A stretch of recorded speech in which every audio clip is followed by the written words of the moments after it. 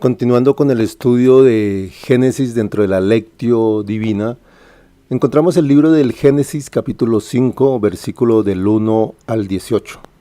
Abraham tiene un bello sueño y el Señor le dice en el sueño: no temas, Abraham, yo soy tu escudo y tu paga será abundante. Abraham contestó: Señor Dios, ¿qué me vas a dar si soy estéril? El Señor le dice: no temas.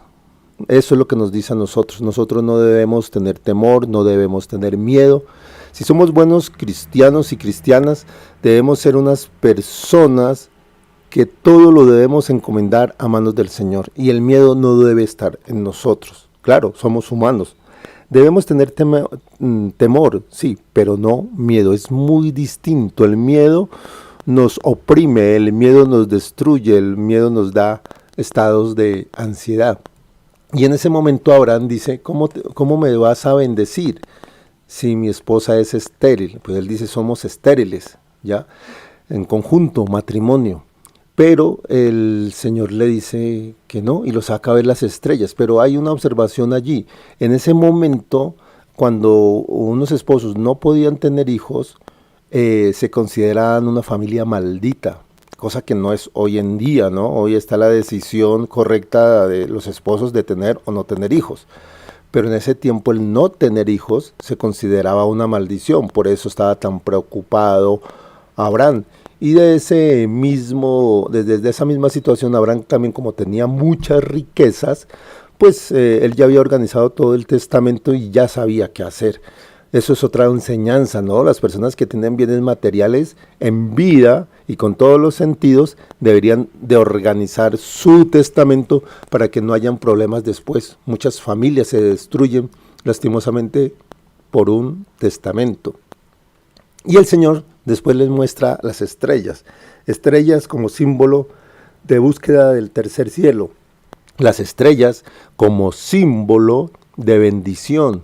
Por eso le decimos que es el padre Abraham, porque el Señor dice que su descendencia será tan grande como las estrellas. Y claro, ¿por qué? Porque el hijo que le prometió el Señor se llamará Isaac, que lo tiene con su esposa Sara, Isaac.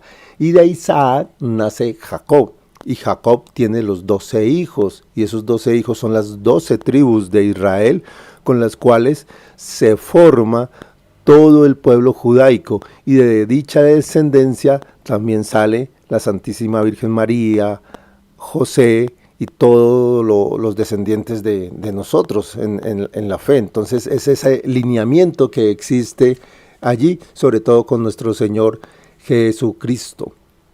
Y le recuerda después que Él es un Señor todopoderoso, que lo sacó de muchas cosas negativas.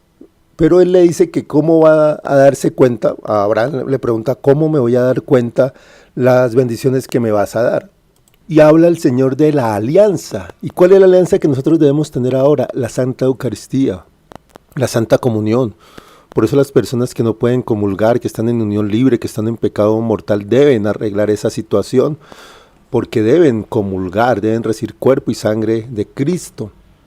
Y lo representa en el sueño, pidiéndole que traiga una cabra, una novilla de 3 años. ¿Por qué de 3 años? Porque se consideran tiernas y son fáciles de manejar, tienen pureza, ¿sí? Todas las cosas que se le ofrecen al Señor deben tener mucha pureza. Y se parten en la mitad. Recordemos que eso fue lo mismo que sucedió con Elías cuando él hacía sacrificios. Entonces se asemeja a esa situación. Entonces se descuartizan las aves, todo como un holocausto. En ese momento pues se sacrificaba un animal del rebaño como signo de bendición. Es muy parecido a lo que es el depósito de fe. Recordemos que el depósito de fe es apoyar todo lo que es la iglesia, todo su magisterio, todos sus estudios. ¿Y cómo se hacen? Pues apartando en algún momento algo de nuestro trabajo, apartando algo de nuestro corazón. Entonces, así como apartamos el dinero para el pago de energía, el pago de agua, pero pues bonito, chévere, apartar algo para apoyar un ministerio para apoyar a la madre Iglesia Católica. Entonces, todo eso fue esa alianza, y esa es la alianza que nosotros tenemos hoy. ¿Dónde? En la Santa Eucaristía, siendo justos, ¿sí? Porque dice, aquel día el Señor concertó alianza con Abraham en estos términos: a tu descendencia le daré esta tierra desde el río de Egipto hasta el río Éufrates. Ahí se pactó una alianza. Entonces nosotros también debemos tener esa alianza con el Señor. Uno puede darle promesas al Señor, y lastimosamente muchas promesas no las cumplimos, pero hacer una alianza con el Señor es de mucha fuerza, y ahí es donde tenemos que tener mucho cuidado, hacer una alianza. Nuestra principal alianza con el Señor es comulgar, la principal alianza con el Señor es no pecar, la principal alianza del Señor es estar en Eucaristía, en ser justo, en hacer cosas, apoyar a la iglesia, incluso llegar a ser benefactor de los ministerios que ha dado el Señor, es decir, amar profundamente y ayudar todo lo que sea las cosas del Señor.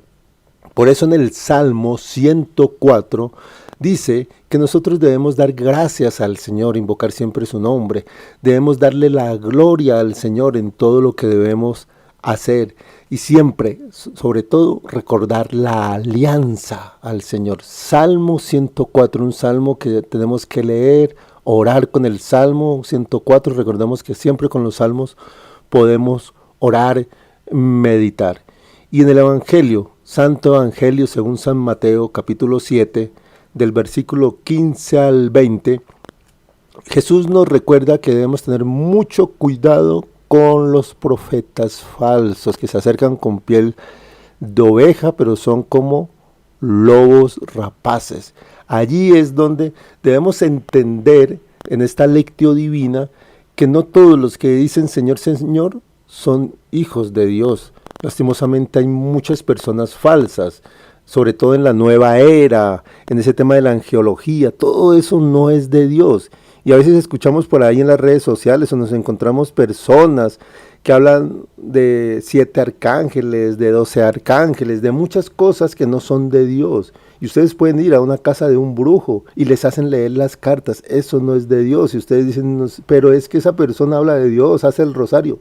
No, son falsos profetas. Nosotros debemos saberlo por los frutos, dice, los vamos a reconocer por los frutos. Y si usted está con un sacerdote, está con un guía espiritual, y si desde ese momento que ha estado con ellos están bien, están bendecidos, ¿qué quiere decir? Que es un buen guía espiritual, que es un buen sacerdote, porque también incluso los sacerdotes hacen pecar por cosas que hacen hacer, pero no son de Dios. Entonces ahí es donde debemos ver qué frutos estamos recibiendo. Si estamos con un guía espiritual, con un sacerdote, y desde que estamos con ellos no hay bendición y todo es negativo, debemos alejarnos y debemos orarle al Espíritu Santo para que nos coloque un verdadero instrumento de Dios. Porque si estamos con un verdadero instrumento de Dios, vamos a ver, como dice el Señor, los frutos buenos. Y uno va a decir, ve, desde que tengo este guía espiritual, desde que hablo con el sacerdote, me ha ido muy bien, mi vida ha cambiado. ¿Qué quiere decir? Es un buen instrumento de Dios, y si es un buen instrumento de Dios hay que apoyarlo, hay que orar por ese instrumento de Dios. Pero también eso se nos va a la cotidianidad. Veamos qué amistades tenemos a nuestro alrededor. ¿Son buenas amistades? ¿Estamos bien? Nosotros siempre nos tenemos que alejar de todo lo que sea negativo. Si tenemos malas amistades, malas compañías, incluso si en el trabajo estamos mal, tenemos que orarle al Señor, pedirle de corazón, llorarle al Señor que nos saque de ese trabajo tan negativo, porque de pronto tenemos compañeros de trabajo muy negativos. Y también la misma familia, a veces la familia también puede ser muy negativa. Entonces, alejarnos, eso no es pecado, alejarnos de todas las personas, de los seres, de los ambientes que nos destruyan. Analicemos, hagamos todo ese análisis profundo de lo que nos dan las lecturas de este momento, de ver la gente cómo nos reconoce, si somos justos, si somos buenos cristianos. Miremos qué gente está a nuestro alrededor, cómo somos ante los ojos del Señor, si estamos haciendo verdaderamente las cosas del Señor, y sobre todo si estamos haciendo una correcta alianza con el Señor.